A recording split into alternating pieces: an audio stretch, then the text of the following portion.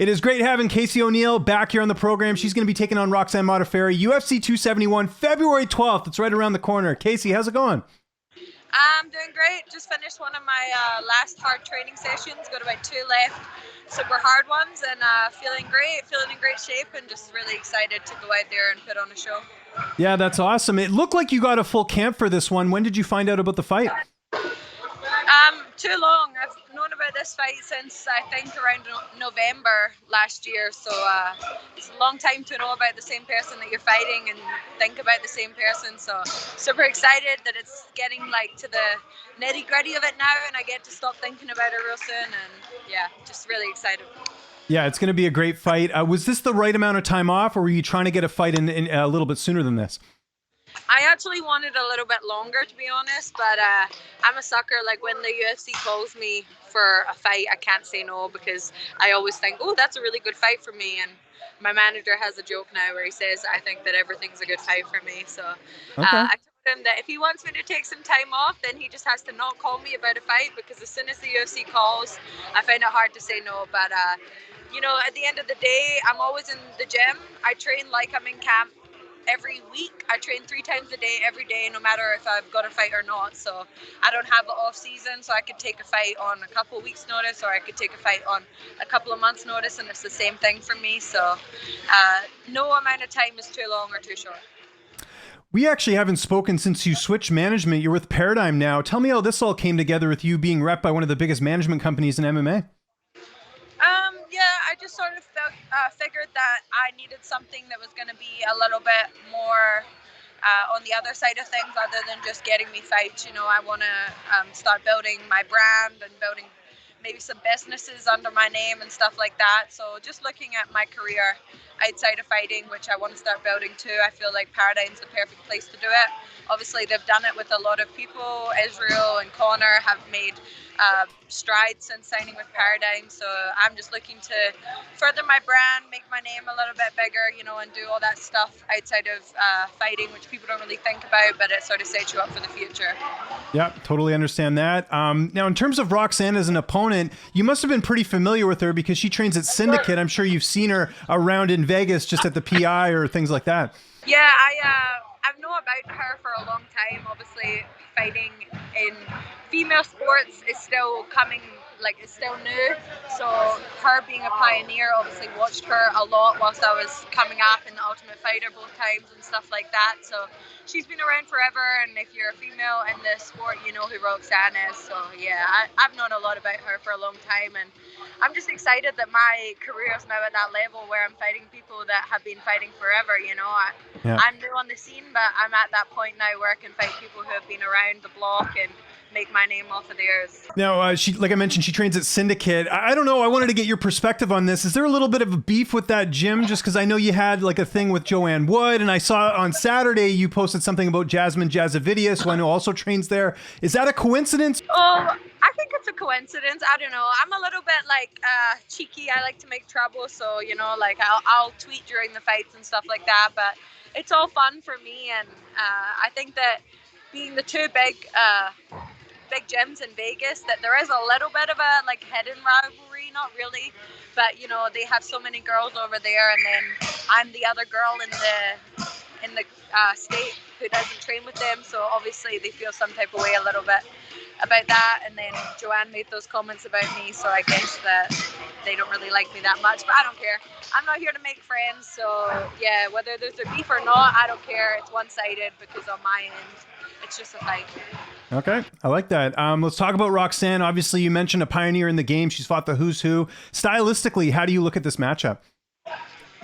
I just think it's, you know, a really good fight for me to be able to showcase how well-rounded I am. I think that my striking is a lot quicker than hers, and I'm a lot more agile and athletic than she is, obviously, so I'm going to be able to have my way on the feet. And I also think that I'm stronger than her strength-wise, so taking me down is going to be hard for her, and I believe that I'm better on the ground. So I'm excited. I'm just looking to go in there and, you know, do my game. I don't really care too much about hers, and give her, you know, one finish for her end of her career.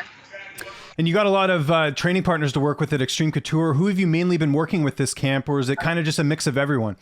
I I actually had 2 of the amateur boys who are 135ers that I used for sparring for this camp. I like to use boys. It's less drama, and it's really easy for me to be able to go hard with them and not feel bad about it. It doesn't ruin friendships when I crack them really hard because they're trying to do it back to me. So I love going with the boys. Arjuna Lyons, he fights next week. Can't remember what show he's fighting on, but one of the amateur shows here in Vegas. And then one of my friends, Trent, he was helping me as well. And then obviously Eddie Baracco, Casey Halstead, and my boyfriend Ty Guerta have been helping me out a lot for this one as well. How key is it having those amateur fighters in the gym to help push you? Because, I know they're still trying to prove themselves. They're going to be on time for practice. Like, they're still trying to make their mark. So you're getting those really good rounds. Do you find that especially with the amateurs? Yeah, there's a really good group of small boys here that fight between flyweight and 145 that are always on time, always show up to the gym, and always give it 150%. So I try and partner with them as much as possible, whether it be wrestling, grappling, striking, sparring, whatever it is, and use some of them and give them a little bit of money through the camp. And they show up for that. They love it. So they just love being a part of the camp, and I'm super grateful for them and everything that they do for me. And I imagine since you had a lot of notice, the weight cut's going well ahead of the fight? Yeah, I'm lighter than I've ever been, so can't complain. I'm eating formulas a day still. So we'll see next week how I feel when it starts to actually get down to the cut, but this time's been pretty easy. It's good to hear. And who's going to be in your corner for this fight? So my dad's actually coming. He gets here on Friday. Nice. And I have Casey Halstead and Eddie Baracco in my corner as well. That's cool. And how do you envision the fight playing out? Because, Roxanne, to her credit, she's very, very, very tough to finish. How do you envision the fight going down? I envision myself finishing her. I know that she's been tough to finish, but she's been dropped in her past 3 fights, and people make the mistake of just jumping down and letting her hold on to them. So I don't know if it's hard to finish or if she just has a good game plan when it comes to that. So definitely just gonna go out there and impose my game and think I finish her in the second or the third round. I think it's gonna be tougher to put her away than most people, but she's coming to the end of her career. She's about to retire after this fight, so maybe a little push out the door wouldn't be too hard. How many more fights do you have left on your contract, I think this is my second one on my new contract. So oh, nice. Contract with the UFC. Okay, so, cool. Yeah, 2 more after this one. And this is a pretty notable opponent. I know you mentioned that, Roxanne's planning on retiring after this fight, but where does a win, especially a finish, sort of situate you in the division?